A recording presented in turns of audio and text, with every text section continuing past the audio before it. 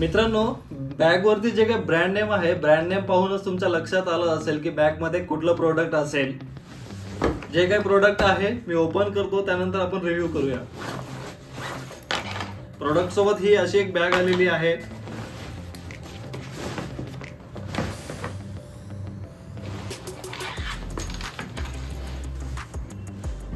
हे आहेत सोलेसचे 62 लिटरचे saddle bag. बॅगची overall तुम्हाला एक लुक पाहूनच लक्षात आलं असेल की क्वालिटी कशी आहे. इकडे आपल्याला सोलेसची ब्रँडिंग पाहायला मिळते विथ रिफ्लेक्टर. बॅगच्या दोन्ही साईडला आपल्याला सोलेसची ब्रँडिंग आहे, परत रिफ्लेक्टर आहेत. इकडे आपल्याला मॉडेल नेम पाहायला मिळतो. परत मग बॅग वरती आपल्याला हे जे काही लॉक आहेत हे 2 लॉक पाहायला मिळतात. परत बॅग ओपन केल्यानंतर आपल्याला बॅग मध्ये इथे एक पॉकेट पाहायला मिळतं आणि याची जी झिप क्वालिटी आहे, झिप क्वालिटी पण चांगली वाटते. हे पॉकेट आपल्याला आपले डॉक्युमेंट ठेवण्यासाठी नेहमी कामी येईल. जेव्हा केव्हा आपण रायडिंग मध्ये आपल्याला कुठल्या डॉक्युमेंटची गरज पडणार आहे, ते डॉक्युमेंट आपल्याला इथून इझिली ऍक्सेसिबल होऊ शकतात. परत मग आपल्याला इकडे आतमध्ये मेन पॉकेट पाहायला मिळतं आणि या एका बॅगची जी काही साईज आहे ती साईज म्हणजे 31 लिटरची आहे. बॅग ओपन केल्यानंतर आतमध्ये पण आपल्याला एक पाऊच पाहायला मिळतं, जे की प्युअरली पूर्ण वॉटरप्रूफ आहे. पाऊचला पण एक लॉक आहे.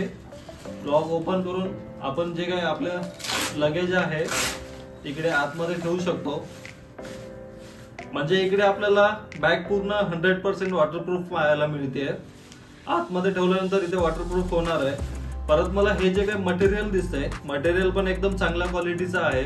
जर एकदम रिमझिम पाऊस असेल तर मला वाटतं की त्या रिमझिम पावसाचा या बॅग वरती तर काहीच इफेक्ट होणार नाहीये. आणि आपण जेव्हा रेन कव्हर लावणार आहे, रेन कव्हर लावल्यानंतर तर अजिबात आपल्याला एक थेंब पण पाणी आतमध्ये यायला म्हणजे येणारच नाहीये. परत वरती जे काही मटेरियल पाहायला मिळतंय आपल्याला, मटेरियल पण एकदम हार्ड आहे. हार्ड म्हणजे चांगल्या क्वालिटीचं आहे. इझिली बेंड पण होत नाहीये. परत आपल्याला बॅगच्या दोन्ही साईडला पॉकेट पाहायला मिळतात. इकडे आपण आपले वॉटर बॉटल जे आहेत 1-1 लिटरचे 2 बॉटल इझिली ठेवू शकतो. परत या साईडला एक पॉकेट आहे. याची साईज पण 5 लिटर आहे. आपल्याला आपण इकडे 5 लिटर पर्यंतची जी काही आपली कॅन आहे, वॉटरची कॅन ठेवू शकतो. परत बॅगच्या बॅक साईडला आपण पाहायला गेलो तर बॅग उचलण्यासाठी जे काही हँडल आहे, हँडल पण चांगल्या क्वालिटीचं दिसतंय. इथे जे रबर यूज केलेलं आहे एकदम चांगल्या क्वालिटीचं वाटतंय. हातात घेतल्यानंतरच जे काही याची क्वालिटी आहे ती लक्षात येते.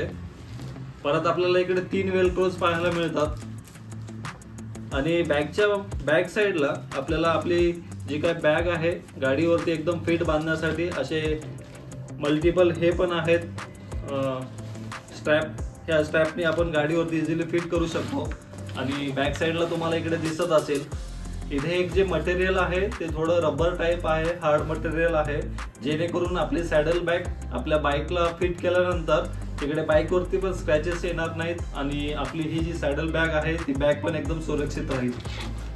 बॅगच्या जे काही बॉटम आहे, बॉटमला पण आपल्याला 4 लेग पाहायला मिळतात. हे पण मला जवळपास रबरचे वाटतात आणि खाली पण मटेरियल जे आहे एकदम हार्ड मटेरियल आहे. या बॅगची साईज जी आहे यापेक्षा लहान होणार नाही आणि मोठी पण होणार नाहीये, कारण का हे जे ओव्हरऑल मटेरियल दिसतंय थोडंसं हार्ड आहे आणि त्यामुळे आपल्याला कॅरी करते वेळेस पण हे असंच कॅरी करावं लागणार आहे. आणि आपल्याला जर बॅग दोन्ही सेपरेट करायचे असतील तर इझी आहे. हे जे काही मध्ये ठेवलेले वेलक्रोज आहेत ते रिमूव्ह करायचं आहे आणि आपण आपल्या दोन्ही बॅग सेपरेट करू शकतो. मला ही जी काही ओव्हरऑल क्वालिटी वाटते एकदम चांगली वाटते. आणि या बॅग सोबतच आपल्याला जे काही आपलं मेन रेन कव्हर आहे ते रेन कव्हर पण पाहायला मिळतं.